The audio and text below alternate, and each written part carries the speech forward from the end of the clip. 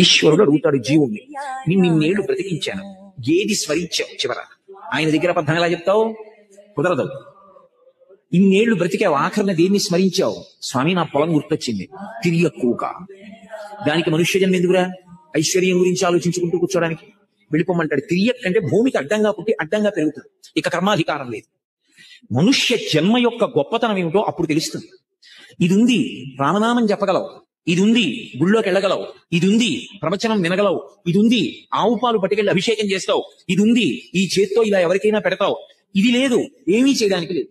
ఇక ఏ ఉపాధిలో ఉన్నా సరే, ఇక్కడ ప్రవచనం జరుగుతోంది, ఓ కుక్క విందామని లోపలికి వచ్చింది అనుకోండి, లోపల ఉన్న జీవుడికి ఏదో కొంత సంస్కార బలం ఉండి ఉండనిస్తారా?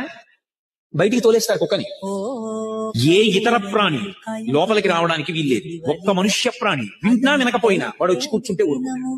ఈ ఉపాధికి ఉన్న గొప్పతనం. ఇది ఎంతకాలం ఉంటుంది బలంగా? దీపం ఉండగా ఇల్లు చక్కబెట్టుకో అంటే అదే. అందరి గురించి ఆలోచిస్తున్నావు, బాగుంది. నీ జీవుడి యొక్క అభ్యున్నతి చేసినవి ఎవరు పట్టుకెడతారు? నువ్వే పట్టుకెళ్ళాలి, మూట తగిలించుకుని ఈశ్వరుడి ముందు నిలబడాలి. ఎన్నాళ్ళు ఇక్కడ ఉంటావు? ఎప్పుడో అప్పుడు వెళ్ళి నిలబడాలా? ఇంట్లో ఉన్నటువంటి అన్నం ఉండేటటువంటి గుండిగలు ఉంటాయి, అటక మీద పెడతారు. ఎప్పుడన్నా శుభకార్యాలు వస్తే కిందకి దింపుతారు. ఆ గుండిగకున్నంత వయస్సు ఇంట్లో ఎవరికీ ఉండదు. ఆ గుండిగ ఉంటుంది 100 ఏళ్ళు, 200 ఏళ్ళు, 3-4 తరాలకి పెళ్లిళ్ళు అవుతాయి. మా ముత్తాత గారి పెళ్లికి ఇందులోనే వారిచేటండి అంటారు. ఏరి ముత్తాత గారు, ఏరి తాతగారు, ఏరి తండ్రి గారు, ఇంతమంది వెళ్ళిపోయారు. గుండిగకున్నంత వయస్సు మనకు ఉండదు. కానీ గుండిగ పుణ్యం చేయదు, నీ పుణ్యం చేయగలను.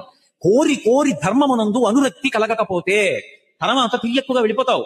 ఒకసారి తిరియక్కుగా వెళ్ళిపోయాడు అనుకోండి, మృత్యువునందు కూడా స్వాతంత్రం లేదు. మనుష్యుడైతే కనీసం ప్రాణం పోయే వరకు ఊరుకుంటారు, ఎవరేం చేయరు.